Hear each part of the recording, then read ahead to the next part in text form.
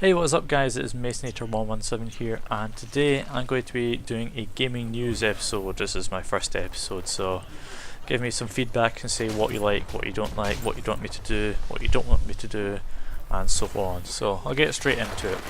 So this week the Ouya has been released. It's been released to mixed reviews. Some people say it's good, some people say it's not so good. It really depends on the games they have, which they have quite a few at the moment, but not many of them are good apparently. So there's a couple of good games that sort of make it worth it, but the rest of them aren't exactly finished products. People have been saying it's not 100% finished and it's really just not that brilliant.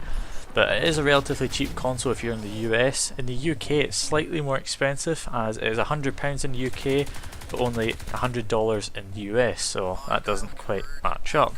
The Kickstarter raised $8 million so that the Ouya could be put into production, but the backers which were supposed to get early access to the Ouya consoles, there's quite a few backers that have not actually got the access to these consoles yet, and it's already been released, so it's not exactly early access. It's the same with the pre-orders. Some of the pre-orders have not actually been passed through, so these people that have pre-ordered the console have not actually got it yet and it has been released.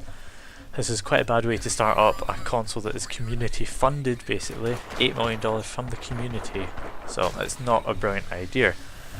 Next topic is Microsoft and indie games.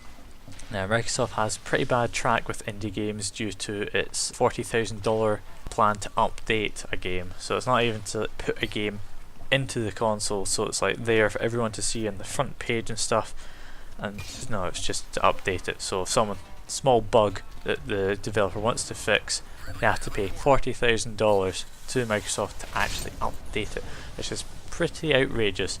So I think there's a developer called Phil Fish, who's a developer of Fez, which is an indie game, and they get one free update. So he updated Fez, and after he'd updated it, he found a very small percentage of people had this bug where the game save files would actually corrupt and you wouldn't be able to use it, but he would not update it because he was not willing to pay $40,000 for this small update, which on PC would have been completely free.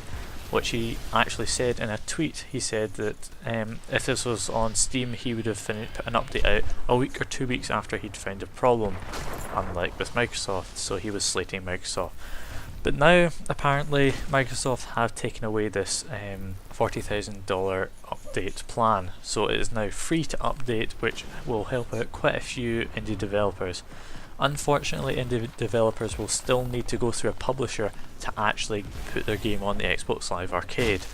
So there's quite a few developers like Lorne Lanning, I think that's his name, I don't know how to pronounce it. He's a developer of Abe's Odyssey. He's making a remake of the game, which is coming out to PlayStation and PC, but not to Xbox, as he feels he does not need a publisher to actually put it out and advertise it, so why should he split profits with a publisher? So Metal Gear Solid fans will be kind of happy to hear this and sort of unhappy because a developer has actually offered to do a remake of the Metal Gear Solid 1. It is actually the developers of Abe's Odyssey, so they're thinking of doing that, but they sort of misinterpreted a message, so it's not actually going to be a remake, although Kojima, don't know how to pronounce his name, he said he's not actively looking for a remake but is quite interested in the offer. So Double Fine's Massive Chalice Kickstarter has ended successfully with a $1.2 million raised. Massive Chalice has been described as a cross between original XCOM and Final Fantasy Tactics, with bloodlines and breeding. It is meant to be a hardcore tactical strategy title, so it's going to be pretty fun for those that are interested in that. Uncharted fans may be quite interested to hear this. Seth Rogen and Evan Goldberg say they've been approached to write Uncharted films quite a few times. Unfortunately though, they have declined each time because they feel that it is too similar to Indiana Jones and will not create that big a following.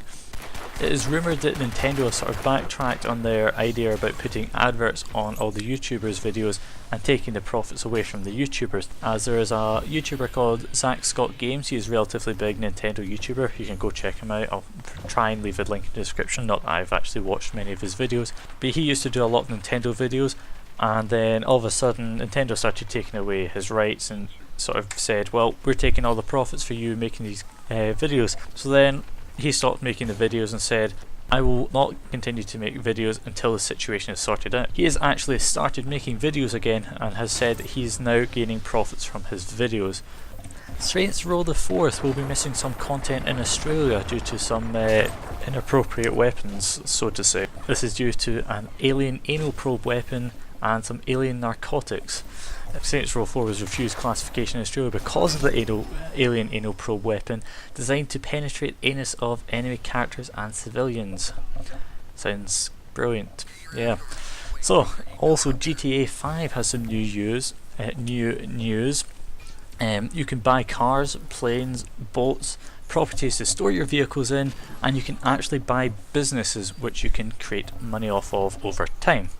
Last piece of news is that Google is now creating a console, so this is going to be quite interesting to see how they're going to put this out, because I think this will be in direct competition with Ouya, which has already come out with a pretty bad start, so Google could basically crush them if needed.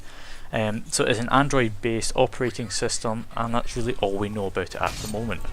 Well, if you enjoyed this gaming news, if you have any things you want to be in the next gaming news or anything like that, please leave a message or comment down below and rate the video. So thanks for watching, and I shall see you next time.